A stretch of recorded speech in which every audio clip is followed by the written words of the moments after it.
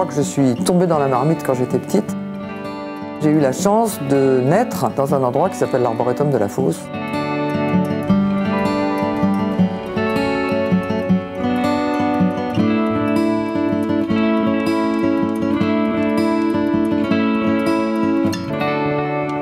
Quand je me suis mariée, j'ai épousé mon mari et j'ai épousé Valmer. On a, avec mon mari, repris un peu ce jardin depuis, mettons maintenant, 20 à 25 ans. Avec beaucoup d'améliorations, de restauration. Et quand on est dans un endroit comme ça, ce qui prime, c'est la pierre. On voit bien que l'architecture du jardin, ce sont toutes ces terrasses et tous ces murs. Donc la première chose, évidemment, c'est que les murs tiennent debout.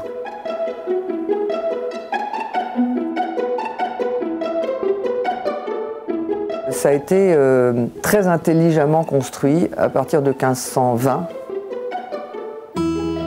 Cette succession de terrasses a des proportions magnifiques, combinées par exemple pour que le potager qui fait 1 hectare ne soit pas vu pendant toute la promenade dans les différentes terrasses, y compris depuis la plus haute terrasse, et qu'on le découvre quasiment à vol d'oiseau juste quand on arrive dessus.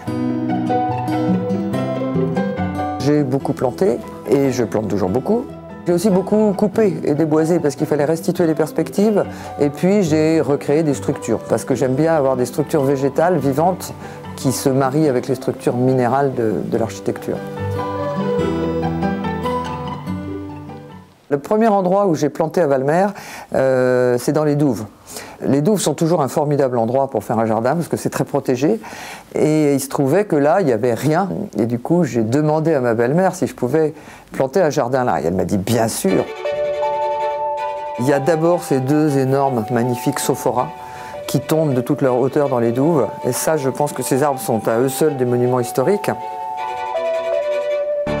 Alors là, on a vraiment un apic sur les douves. Le sophora, qui vu d'en haut n'est pas mal non plus. Et puis on voit bien, c'est là tous ces gros contreforts d'ifs.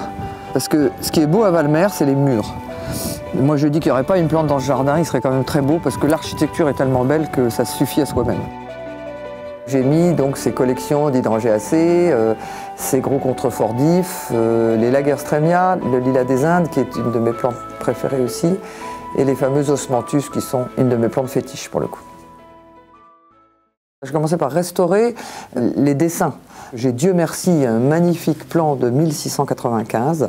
Et ça, c'est précieux parce que à Valmer, le château a brûlé, donc ce qu'il y avait dedans.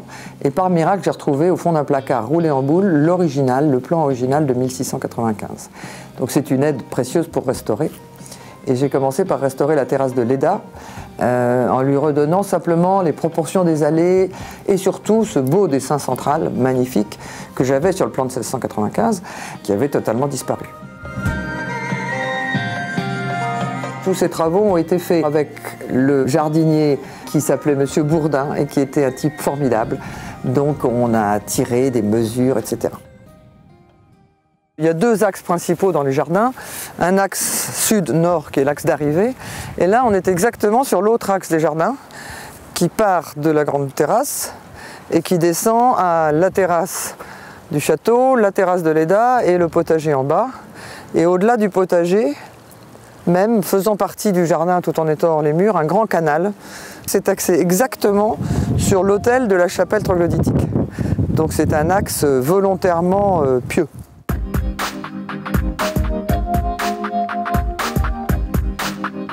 Le gros travail ici a été la remise en culture du potager.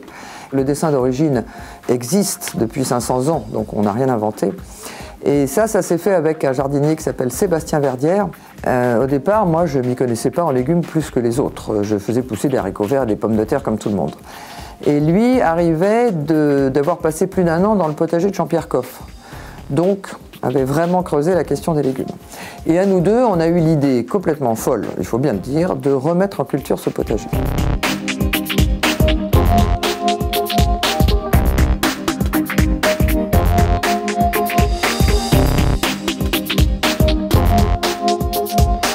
Vingt ans avant, j'avais replanté quand même les structures, c'est-à-dire les bordures de buis, les espaliers, les contre-espaliers de fruitiers, mais c'était toujours 4 carrés d'herbe. Et après ça, dans chaque carré, j'ai redessiné 4 sous-carrés. Ça permettait de faire des plus petits carrés et donc des petits rangs auxquels les visiteurs avaient facilement accès en marchant sur les allées en herbe et donc pouvaient accéder aux plantes, les toucher, les voir, les goûter, lire les étiquettes, ce qui pour moi est important, parce que c'est un jardin qui est fait pour partager ce qu'il y a dedans. Ce qui était intéressant, c'était de retrouver la plus grande diversité possible. On est un potager conservatoire, c'est-à-dire qu'on veut conserver le patrimoine génétique que représentent ces plantes. C'est aussi une base génétique qui peut servir pour le futur, qui peut servir à sauver ou améliorer des plantes pour que les hommes puissent se nourrir, tout simplement.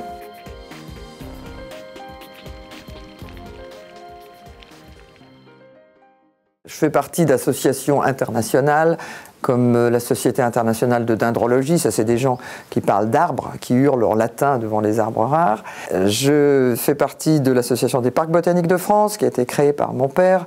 Et puis plus localement, je fais partie de l'Association des parcs et jardins en région Centre, qui est une des associations régionales de parcs et jardins les plus actives de France, incroyablement actives, avec énormément de choses, dont des programmes de formation.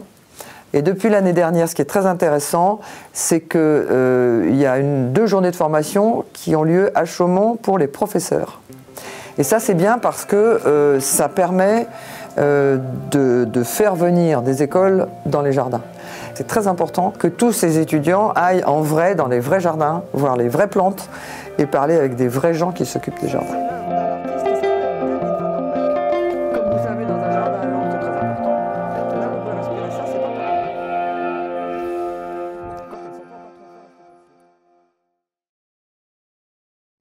Le parc fait 80 hectares avec principalement des chênes, des charmes, des châtaigniers et puis l'introduction de merisiers depuis une trentaine d'années.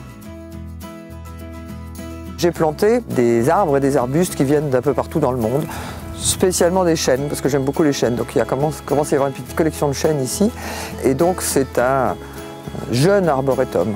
Comme tous les arboretums, je le plante depuis 30 ans, il sera beau dans une centaine d'années à peu près. Ça c'est un des axes principaux du parc, c'est l'axe nord-sud qui fait toute la longueur à flanc de coteau du parc et qui se termine par ce qui s'appelle sur le plan ancien le belvédère, qui sont 3 arcades de briques et de pierre, comme une fabrique pour faire joli au bout de la vue. Et en même temps, à l'intérieur, on peut monter, il y a un petit escalier et on peut voir par-dessus le mur du parc. D'où son nom de belvédère. Alors ça c'est un Acer opalus. C'est un érable qui pousse plutôt méditerranéen et dans les Alpes. Et c'est un érable qui fait des très grandes feuilles, qui commencent seulement maintenant, et des somptueuses couleurs d'automne. Ça c'est un très joli petit pommier aussi qui s'appelle Malus baccata. Il est tout en début de floraison et ça va devenir un nuage blanc, léger et qui sont très très bons en plus. Donc là je les ai plantés par 3 et pratiquement quand ils seront adultes ils vont se rejoindre.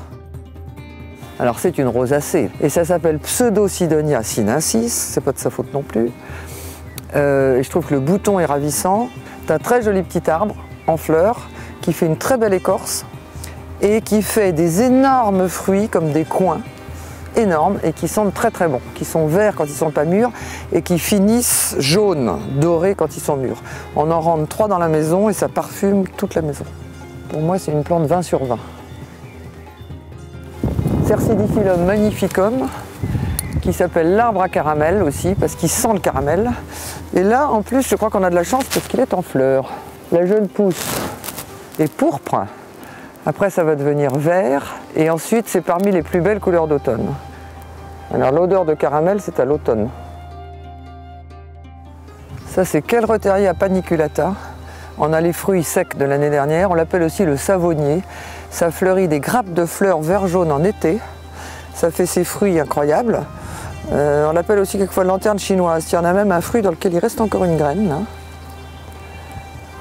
qui n'est pas tombée. Et puis, ça a des jolies couleurs d'automne. Et la jeune pousse est comme du velours rouge, absolument incroyable. Alors là, on est au fond du parc, au plus haut du parc, dans le grand axe des 2 colonnes, qui démarre à la colonne de la Charmille, qui se prolonge jusqu'à cette colonne au-delà du vide-bouteille. Et ça aboutit sur la fin de l'axe du parc, qui est ce qu'on appelle la culture du parc, ou le clos du parc, qui, sur les plans du XVIIe, était un vignoble.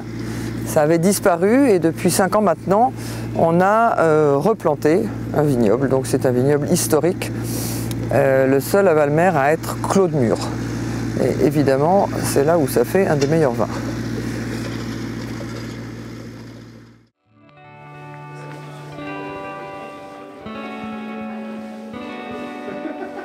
Les événements qu'on organise à Valmer, c'est d'abord pour être des rencontres de jardiniers. C'est-à-dire que viennent ici les gens passionnés de jardin. Il y en avait deux, Alex. On dirait un serpent. Ça tombe bien, elle s'appelle serpent. Ah oui, non mais attends, alors c'est au point où on le fait? C'est la longueur. Et une fois que c'est sec, ça peut... Et c'est ça que je trouve intéressant, c'est qu'à la fois les visiteurs qui viennent lors de ces événements peuvent trouver des plantes ou trouver des conseils, et aussi on peut échanger et on discute entre jardiniers. Et là on peut passer avec un rotavator par exemple. Éviter toujours les outils, alors ça dépend des outils. Un endroit comme ça, on n'est pas vraiment propriétaire. Sur le papier, on est propriétaire de cet endroit. Dans la pratique, moi j'ai tendance à dire qu'on est dépositaire. Ça veut dire que cet endroit, il existe depuis 500 ans. Il a toujours eu des gens qui l'ont aimé, qui l'ont entretenu. Quand ils n'ont pas pu, ils ont passé la main. Et voilà, nous à l'heure actuelle, c'est nous qui sommes là. Et on a un devoir qui est aussi un plaisir de l'entretenir, de l'améliorer si c'est possible et de le transmettre.